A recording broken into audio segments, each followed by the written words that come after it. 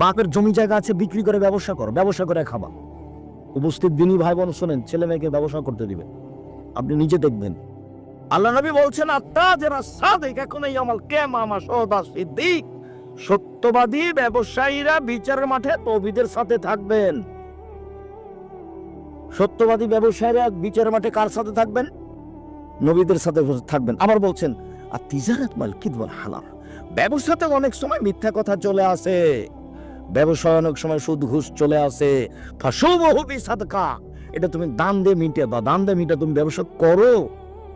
আর যদি জমি চাষ করতে যাও তাহলে অন্তর সংকীর্ণ হয়ে যাবে গরুর পিছনে ছুটে ছুটে। নাজায়েজ নয়, তবে জমি চাষ পছন্দ নয়। ব্যবসা এরকম জিনিস। যদি চাকরি করে চাঁপাই নবগঞ্জের মানুষের মতো, তো মাসে যদি 20,000 টাকা পান তাহলে 25 দিনে শেষ হবে। আর 5 দিন ধার পর্যন্ত দোকান থেকে এই নিয়ে এসে চাউল নিয়ে এসে তরি তরকারি, আবার যখন বেতন পেয়েছে তখন দিতে দিতে শেষ হয়েছে, আবার 25 দিনে শেষ। তো মায়ে বলছে, বেটা টাকা দিলে না বেটা এবার। মা দেখি এ মাসে তো হলো না, সামনে মাসে দিব, সামনে মাসে আরো ঝামেলা, দর বেড়াই গেছে। তো মাকে আর দিতেই পারে না, বছর শেষ। ব্যবসা করে দিতে পারবেন, নিজে খেতে পাবেন, বাপ মাকে দিতে পাবেন, আত্মীয় স্বজনকে দিতে পারেন, সবাকে। আর যে চাকরি করছেন মাত্র 20,000, 25,000, 30,000 বেতন, ভাগ্নি এসেছে, দেখে মনটা খারাপ।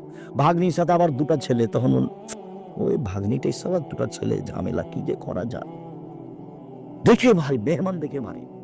অথচ আমি বলেছি যে মাকে বলে দিবেন, আম্মা আপনি আমার সাথে খাবেন, আব্বা আমার সাথে খাবে, বোন আমার সাথে খাবে, ভাই কিনা ভাগ্নি আমার সাথে খাবে, আমার বাপের যত বন্ধু বান্ধব আত্মীয় স্বজন আছে সব আমার বাড়িতে খাবে।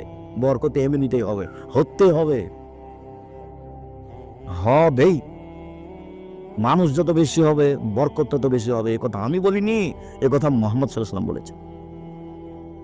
দেখেছ